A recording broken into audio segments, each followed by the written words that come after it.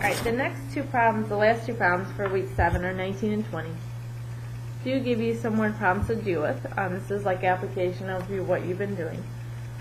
In 1990, the world record for men's 15-meter freestyle was set at 21:81 seconds. In 2000, a new record was set at 21:64 seconds. The rate of change, if the rate of change is constant, means it's always the same thing from year to year. It's changing ever so slightly, but it's going to change by the same amount each year. What would the record have been in 2009? So what they're going to do, first of all, we need to do identify that the slope means rate of change. And we have this fantastic slope formula. But we just need x's and y's to plug in. And we actually have them. We have 1990. In that year, it has set up with 21:81 seconds. In the year 2000, it was set up with 21:64. So here's your x1 and y1, x2 and y2. Now you're just going to take these and plug them in to their spots.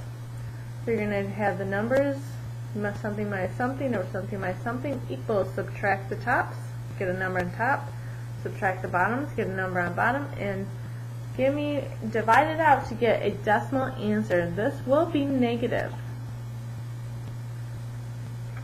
Now the thing is, you got to be careful because it is negative, because look at the time, it is getting faster.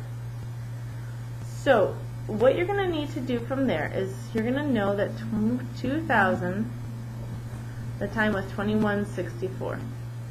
In 2001, if the rate of change was the same, you're just going to subtract this amount. So say, for example, the slope came out to be negative 0.04. It isn't, but let's just say that it is. Well, in the next year, it would be 400s faster, so I'm going to subtract that.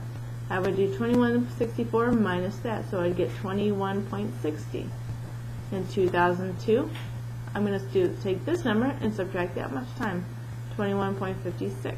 2003, I'm going to follow the same pattern. And all the way through 2009.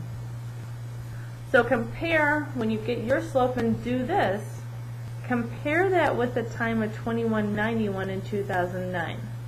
See if the rate of change was constant or not. And number 20, it's like a y equals mx plus b problem.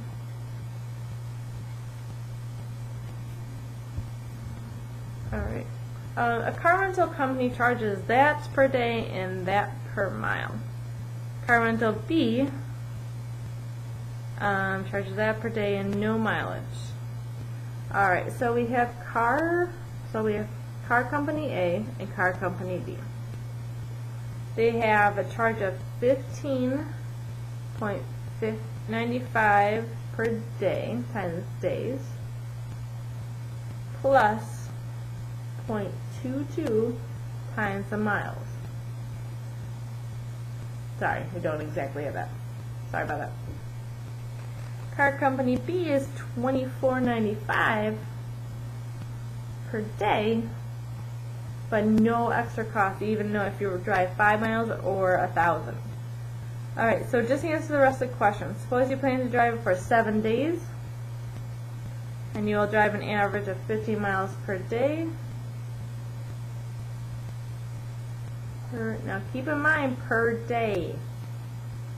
Okay, so when you plug it in miles for 7 days, it's not 50 miles because it's per day, 50 miles each day. What company gives you the better deal? So plug them in, days, miles, and then days, see which one is the better deal. Good luck on finishing this. Let me know if you have any questions.